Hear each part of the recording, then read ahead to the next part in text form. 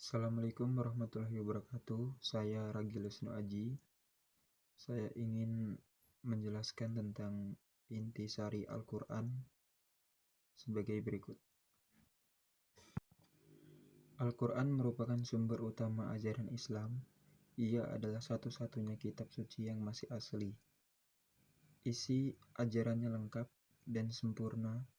Inti ajaran Al-Quran adalah pedoman hidup bagi manusia dalam upaya meraih kebahagiaan dunia dan akhirat. Al-Quran mengarahkan para pembacanya untuk berjalan di atas Shirathul Mustaqim, jalan lurus Allah Subhanahu wa Ta'ala, dan mengakhiri tugas kehidupan secara husnul khotimah. Oleh karena itu, manusia dituntut untuk menjadikan Al-Quran tempat berkonsultasi, lalu menjadikannya sebagai suluh kehidupan. Philip Kahiti wafat 1978, seorang guru besar sastra Smith di Columbia dan Princeton, telah menulis sebuah buku monumental berjudul History of the Arab. Mengenai Al-Quran, ia menulis di buku tersebut sebagai berikut. Kata Al-Quran itu sendiri bermakna bacaan, kuliah, atau wacana.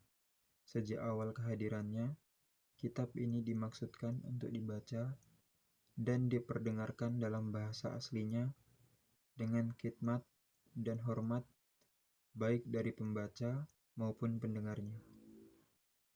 Kekuatan dan daya tarik Al-Quran diantaranya dimunculkan oleh irama dan retorikanya, juga oleh sajak dan maknanya yang tidak bisa dialihkan ke dalam terjemahan semua bahasa pun.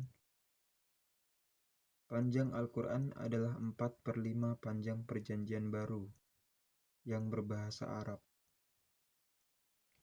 Dalam kedudukannya sebagai kitab suci umat muslim, Al-Quran memainkan peran penting lainnya, di antaranya sebagai pilar Islam dan otoritas tertinggi dalam persoalan spiritual dan etika. Di bidang teologi, hukum, dan ilmu pengetahuan, menurut umat Islam, Al-Quran merupakan sumber ajaran yang mempunyai aspek-aspek yang berbeda-beda. Dalam hal ini, Al-Quran menjadi buku ilmiah, buku bacaan untuk memperoleh pendidikan yang liberal. Di sekolah seperti Al-Azhar, universitas terbesar di dunia, kitab ini masih menjadi landasan bagi seluruh kurikulum dari sisi bahasa dan sastra.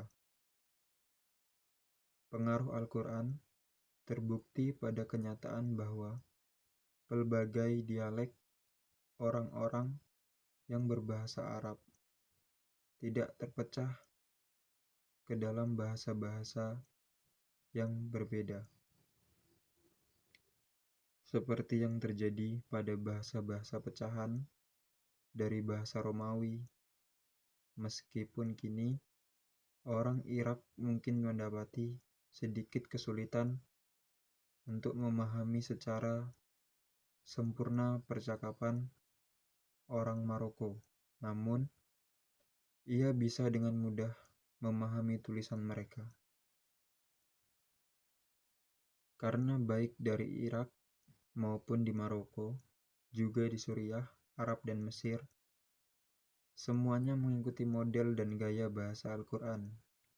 Pada masa Nabi Muhammad SAW, tidak ada karya prosa Arab yang kualitasnya sangat baik. Karenanya, Al-Quran menjadi karya terbaik yang pertama, dan sejak saat itu, Al-Quran terus menjadi model penciptaan berbagai karya prosa. Bahasa Al-Quran bersajak dan retoris, tetapi tidak puitis. Prosa sajaknya menjadi standar yang berusaha ditiru oleh hampir setiap penulis Arab konservatif hingga dewasa ini.